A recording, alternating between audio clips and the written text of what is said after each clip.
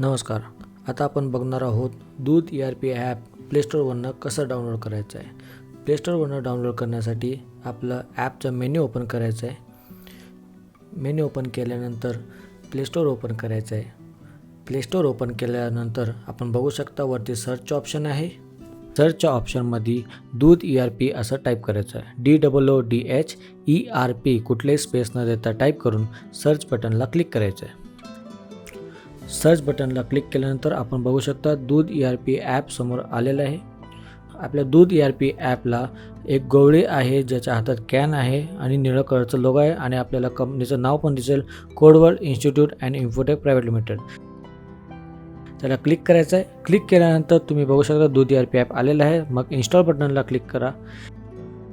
Install बटनला click केल्यानंतर automatically download चालू होईल. डाउनलोड झालेलं आहे. इन्स्टॉलिंग म्हणतं आहे. आपलं ॲप इन्स्टॉल झालेलं आहे. तर आता इथं ऑप्शन येईल तुम्हाला ओपन म्हणून. तर ओपन बटनला क्लिक केल्यानंतर आपला ॲप ओपन होऊन जाईल. तुम्ही इथं मेन्यूमध्ये सुद्धा बघू शकता की दूध ERP ॲप इन्स्टॉल झालेलं आहे आणि मेन्यूमध्ये ॲड झालेलं आहे. तर अशा प्रकारे तुम्ही दूध ERP ॲप प्लेस्टोरवरनं डाउनलोड करून इन्स्टॉल करू शकता. धन्यवाद.